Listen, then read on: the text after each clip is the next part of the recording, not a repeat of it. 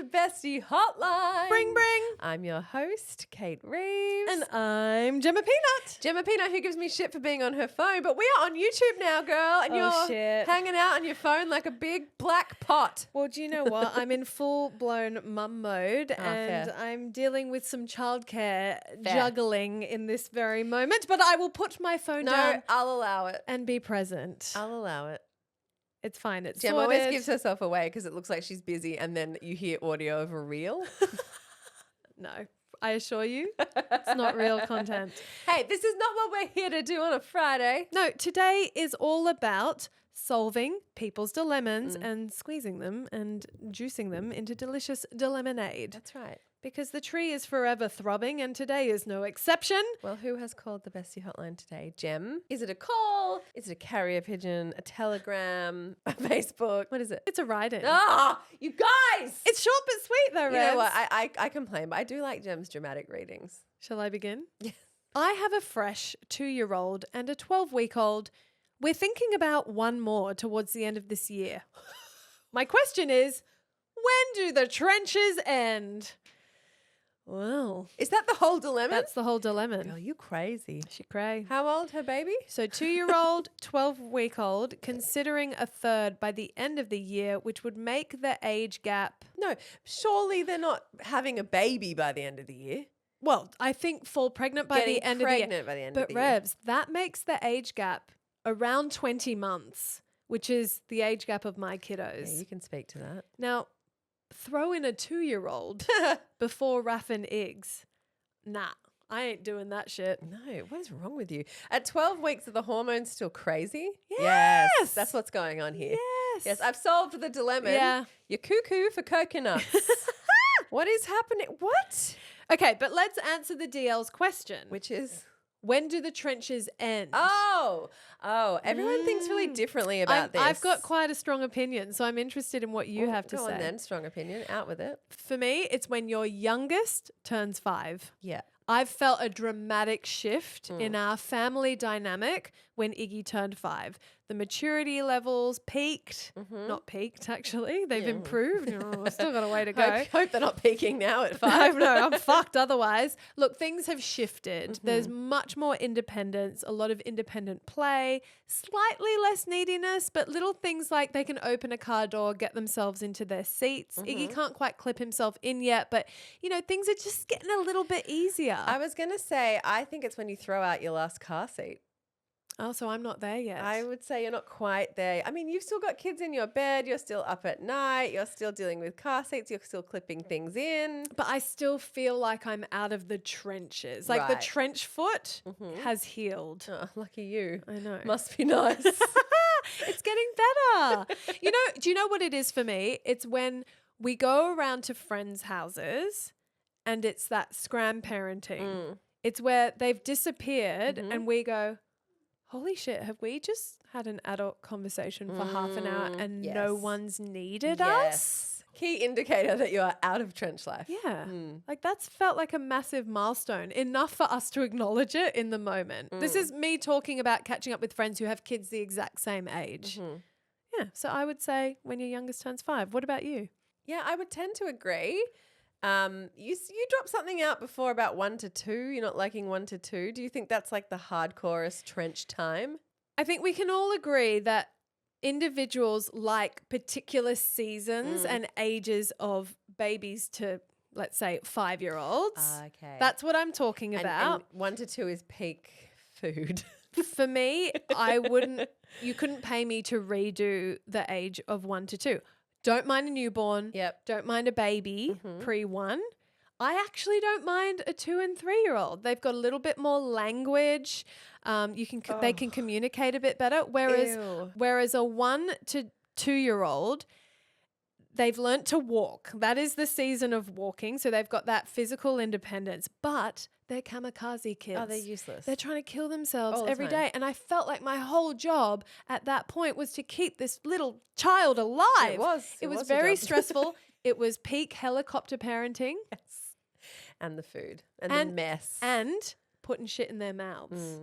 That was going on all through that season of life. Yes. So it's very, you don't sit down for that period. Oh, and do you know what? I've had amnesia about that period. It's not until I caught up with my sister-in-law and we went to a playground, a gated playground, and we got takeaway fish and chips. She didn't sit down and eat for a second because she's chasing the 20-month-old around the playground, making sure he's safe.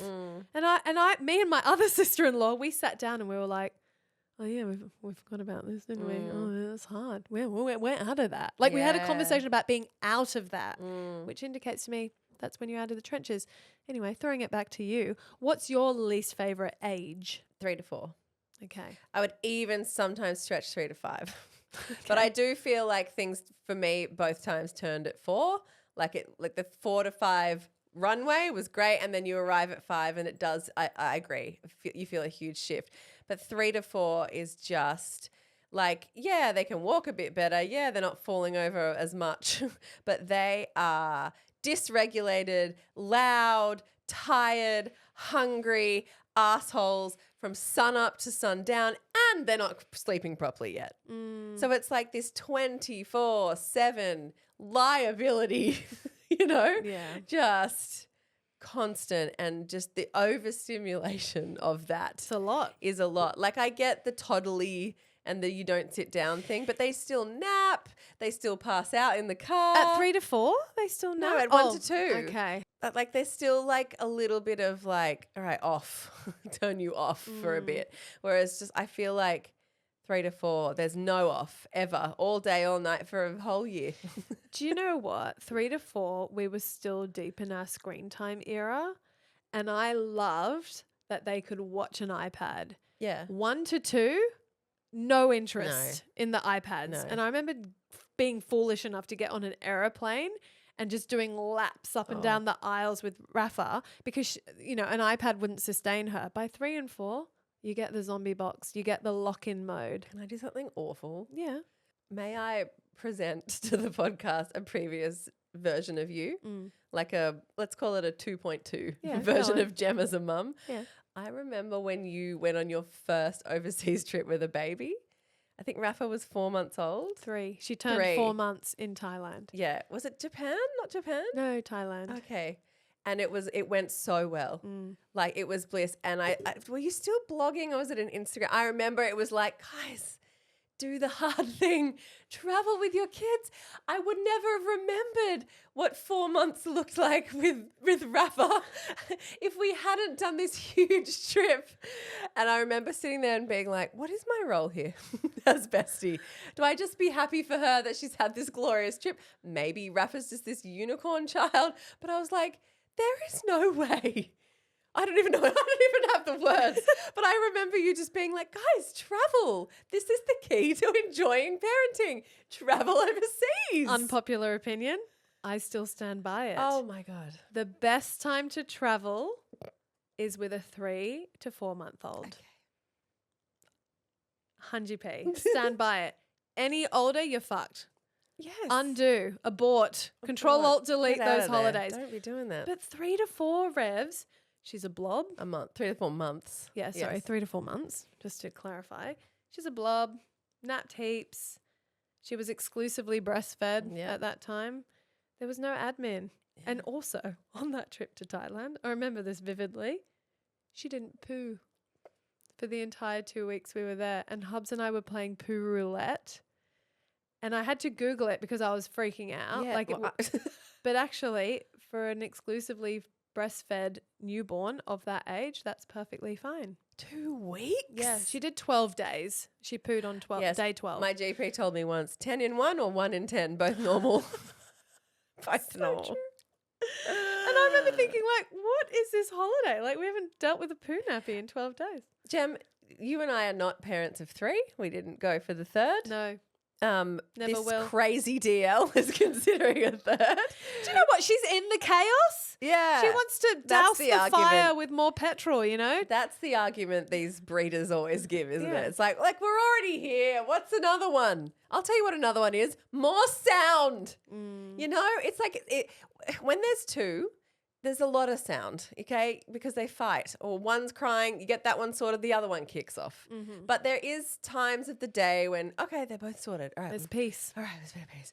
Add a 3rd one in, someone's always crying. Plus, you are outnumbered. Yes. Solidly, and you have to change your car.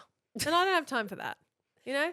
Yes. There's admin behind that. You gotta change your car. You need to have a wider car. You got to fit all 3 car seats if you're looking at that age. You're gonna have gap. 2 prams, are you? A double pram? Yeah, fuck that. And the skateboard. Oh, 3 kids. Blech. Yeah, no thanks. So, But the argument would be, but think about when you're older. They're only little for such a short time. when you picture sitting around the dinner table at Christmas, how many people are there? just more people to feed.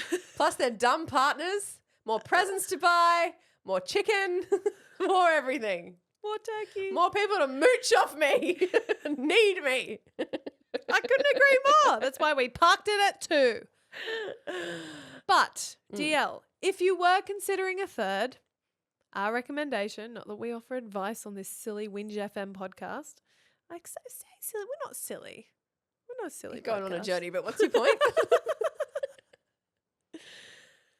Wait till your youngest is nearing 5 or maybe 4 and 3 months. Start trying. Oh, have the late baby. Yeah. The late I've seen third. people have this. Yeah. You know, I know a few people and they seem to like it.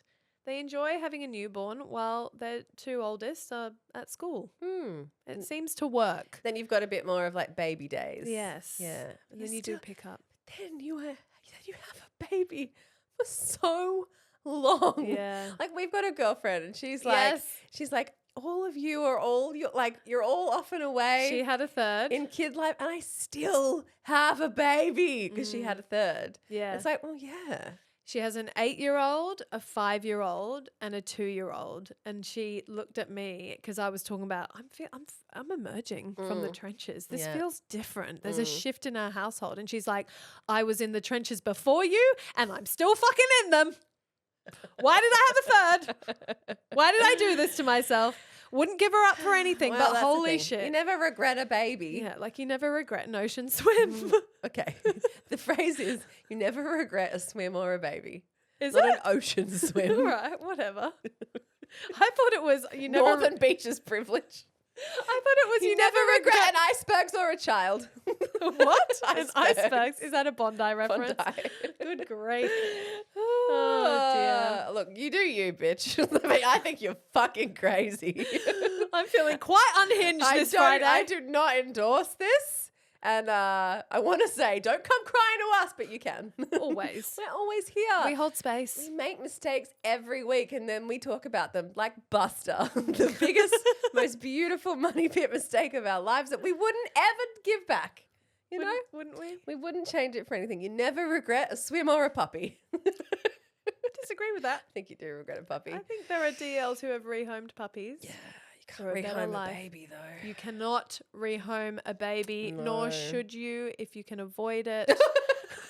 Okay, we gotta stop. We gotta go. We're too unhinged This for is me a Friday doling vibe. this shit Yeah, out. We're okay. gonna get cancelled. We love you, DLs. Thanks for being here. And as always, we'll be back in your ears bright and early on Tuesday with a reggae. Unless you're a subby DL, of course, in which case we'll be back in your ears on Tuesday and then promptly Thursday. How good's that? Have a fabulous weekend. Love you. Bye-bye. Bye.